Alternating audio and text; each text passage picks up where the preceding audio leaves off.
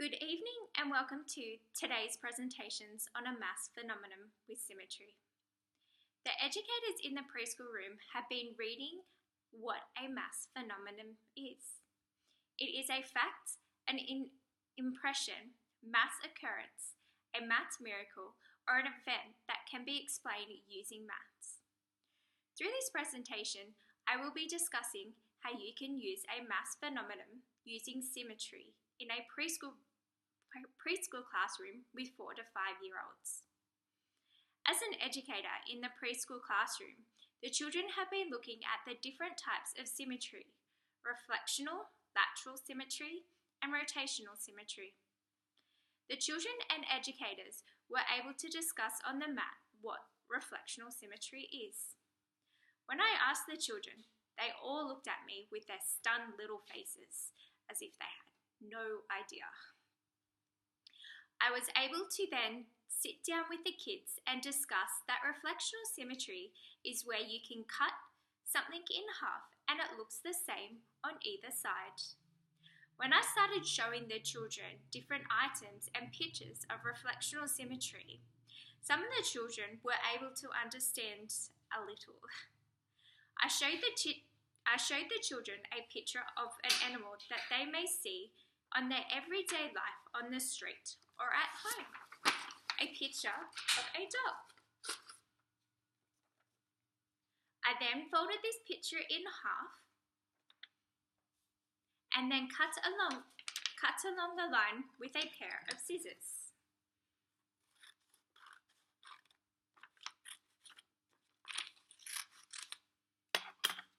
I then asked the children what they saw. One of the children yelled out, "It's the same!" I was able to discuss with the children about mirror symmetry and how it is the same on both sides.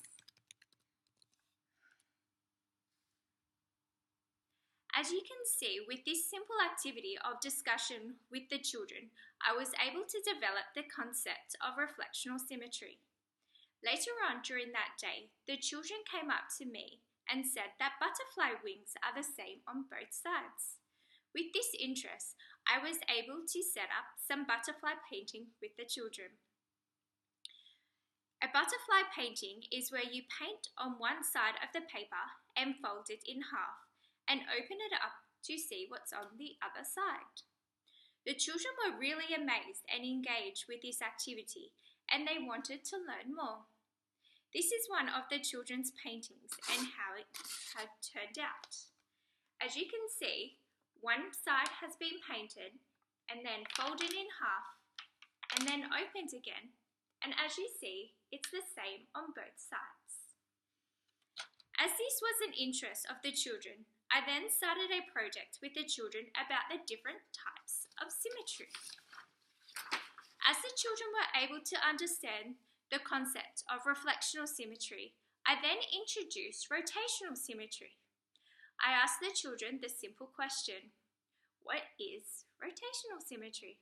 The children looked very confused. I then used the interactive whiteboard to show them pictures of what rotational symmetry is. As educators, we are aware of what rotational symmetry is. It is where an object can be rotated and still look the same on either side. We can see this through this picture of this flower. When we fold this flower into two different ways, laterally and horizontally, and they still look the same on either side.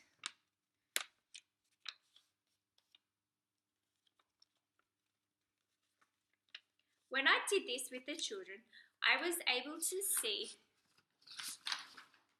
the different concepts of what rotational symmetry and how it works. I then showed the children a picture of a snowflake and how this could be done.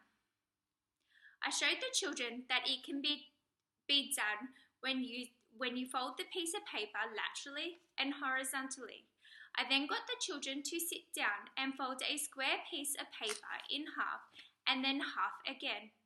The children were able to see how rotational symmetry works by completing these activities.